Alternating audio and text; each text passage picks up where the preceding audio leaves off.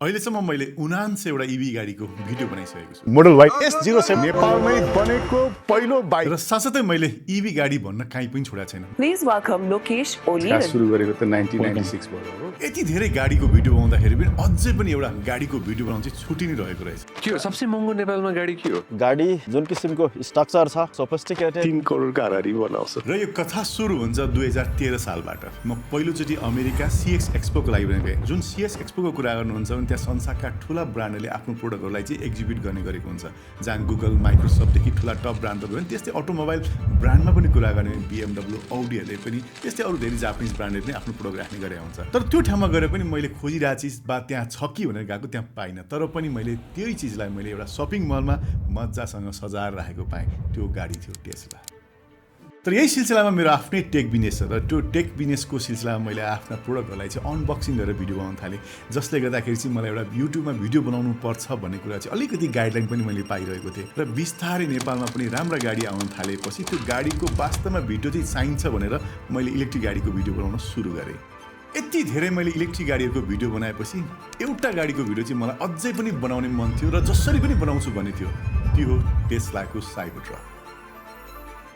अब यो गाडीको मलाई भिडियो खिच्नु नै थियो।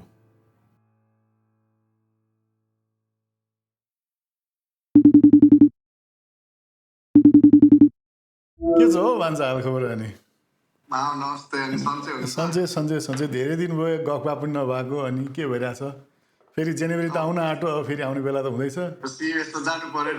पर्यो है। अनि तिम्रो अस्ति नि त्यो साइबर ट्रक बुक गरेको थियो नि, आइगयो नि तिम्रो साँच्ची? कहाँ साइबर ट्रक बुक गरेको अब 115 रे होइन, धेरै महँगो भयो क्या यताबाट। कति रे? 115? राम। अनि अरू साथीहरू कसैको डेलिभरी भएको छ नि के छ? एउटा मिलाउनु, भिडियो खिच्नु पर्ने त्यसको लास्टै भइसक्यो त। अब त निस्केको हो। म यस्तो साथीहरूसँग कुरा गर्छु, म मिलाउँछु नि मामा।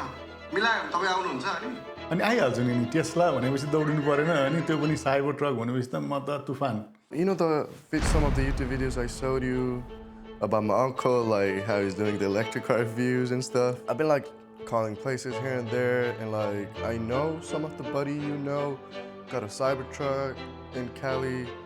I mean, do you think you could like hook us up with that? Just send me a few links to your channel so I can check out your content first. Thanks, Mark. Thank you so much. Well, you're not comfortable doing my uncle doing it right now because we just got it. I'm sorry, but I'm gonna have to pass on letting you use the Cybertruck for your review. No worries, I understand. Yeah. तपाईको त्यो cyber truck देखेको थिए के हो दाइ त? अनि त्यही त मैले साइबरट्रक लिएको हो। हजुर अनि कस्तो त 2019 मै गरेको, बल्ल आयो हैन। सँगै लाइक हामी त्यहाँ आएर लाइक भिडियो बनाउन मिल्छ कि? अनि त्यही सिलसिलामा भेट पनि भइहाल्छ हाम्रो। के छ विचार दाइ? त्यो सोध्नै पर्दैन नि, आउने हो नि। बढ्दै गइरहेको छ। जहाँ तपाईँले एनएलए भन्छ नि प्राइभेट सेक्टरको पनि आइरहेको छ। र यसरी हेर्ने हो भने अब हामीले चाहिँ हाम्रो देशमा एकछिन है फोन आयो। हेलो भान्जा। हेलो मामा, सुन्नु न, मैले त्यो साइबरट्रक कुरा मिल्यो, तर तपाईँ यहाँ 4 जुलाईसम्ममा आइपुग्नु पर्यो। त्यो दिन मात्र मिल्छ रे। ल भ्याउँछ म जसरी पनि आइपुग्छु। अब चिन्तै नगर ल।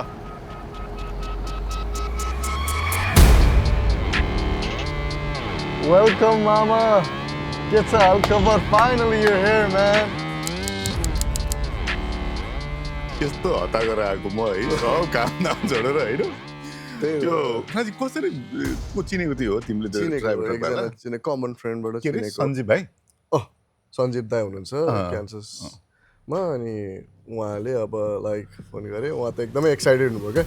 अब जसलाई अब प्रोजेक्ट सुनाएपछि जो नै मान्छे एक्साइटेड हुन्छ त्योसँग गर्नु अझै मजा आउँछ नि। हो कि भनेर लाइक कसै। तर यस्तो पनि त हामी कान्ससम्म जानु पर्यो नि। क्यान्सस Yeah, we gotta go Kansas, baby. Okay. ठिकै छ, केही छैन। कति आवरको फ्लाइट छ यहाँबाट? Like 3 hours flight.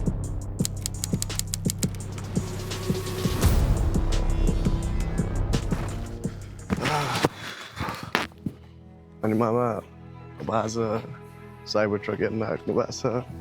लाइक कस्तो लागिरहेछ क्या हजुरलाई? अब सुनिदिउँ न। के भन्नु, अब एउटा ड्रिम प्रोजेक्ट भन्नुपर्छ होइन यसलाई त। हो But of course. Cyber truck भनेपछि निस्किने बित्तिकै पहिले के अब एनाउन्स हुने थिएँ कहिले यो गाडी आउला जस्तो भएको थियो होइन हजुर अब आइ नै सक्यो अब म हेर्ने नि भनेपछि भिडियो खिच्ने नि भनेर मनमा आइसकेपछि चाहिँ हजुर मबाले के हुन्छ नि सही हो त्यही भने अब लाइक डेडिकेसनलाई त मान्नै पर्छ हजुरको होइन अब यति चाँडो मैले भन्न साथ तपाईँ यहाँ आउनु भएको छ होइन like I know like how much you wanted to do this के कस्तो गाडी यार यो त आम्मामामामा एकछिन यार आम्मै के हो यहाँ क्या बवाल छ यार टायर यस्तै छ चढ्ने कहाँबाट होला यसलाई काहीँ पनि केही छैन लेट्स सी हो यहाँ रहेछ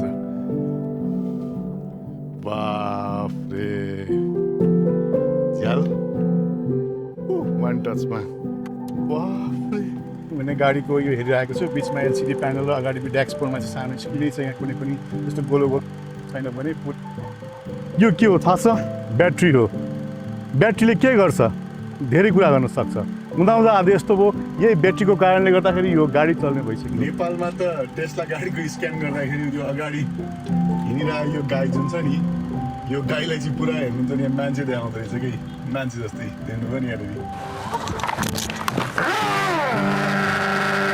जुन यो बिजुली गाडी भनेपछि चाहिँ हामीलाई चाहिँ चलाउँदाखेरि धेरै किसिमका फाइदाहरू हुन्छन् जसमा चाहिँ हाम्रो इन्धन बर्न हुँदैन पोल्युसन हुँदैन नोइज पोल्युसन हुँदैन यो कुरो म जहिले पनि बारम्बार भन्छु त्यस्तै गाडी ल्याउनलाई पनि हाम्रो देशमा चाहिँ ट्याक्स धेरै कम छ बिजुली गाडीमा भने पेट्रोल र ग्यास गाडीहरूमा चाहिँ एकदमै महँगो पर्छ भिडियो त खिच्नै आएको अनि जानै परिहाल्यो